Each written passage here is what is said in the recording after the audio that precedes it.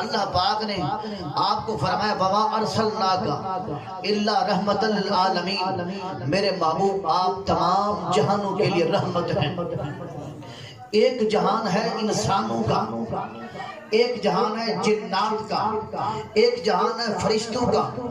ایک جہان ہے ایسی مخلوق جو حیوانات ہیں، ایک جہان ہے مچھلیوں کا جو پانی میں رہتی ہے۔ نعرہ تکبیر، نعرہ رسالت، نعرہ خلافت، نعرہ حیدری، جشن عید میلاد النبی۔ ایک جہان ہے انسانوں کا، ایک جہان ہے جنات کا،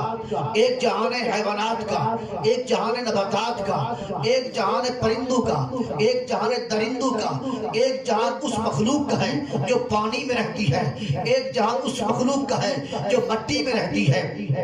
ایک جہان اس مخلوق کا ہے جو پہاڑوں میں رہتی ہے، ایک جہان اس مخلوق کا ہے جو غاروں میں رہتی ہے، ایک جہان اس مخلوق کا ہے جو دریاؤں میں رہتی ہے، ایک جہان اس کا ہے جو مخلوق سمندروں میں رہتی ہے، ایک جہان اس کا ہے جو مخلوق ہواؤں میں رہتی ہے، ایک جہان اس کا ہے جو مخلوق پہلے آسمان پر رہتی ہے، ایک جہان اس کا ہے جو مخلوق دوسرے آسمان پہ رہتی ہے، ایک جہان اس کا ہے جو مخلوق تیسرے آسمان پہ رہتی ہے، چوتھے آسمان پہ رہتی ہے، پانچویں آسمان پہ رہتی ہے، چھٹے آسمان پہ رہتی ہے، ساتویں آسمان پہ رہتی ہے۔ ساتوں آسمانوں کی مخلوق کا مقام ایک مخلوق وہ ہے جو پہلی زمین پہ رہتی ہے، ایک جہان اس مخلوق کا ہے جو دوسری زمین پہ رہتی ہے، ایک جہان اس مخلوق کا ہے جو تیسری زمین پہ رہتی ہے، ساتوں زمینوں پہ رہتی ہے، ایک جہان اس کا ہے جو مغرب میں رہتی ہے، جو مشرق میں رہتی ہے، شمال و جنوب میں رہتی ہے، کائنات ذرے ذرے میں جو مخلوق رہتی ہے۔ خدا بھی اس کا ایک ہے،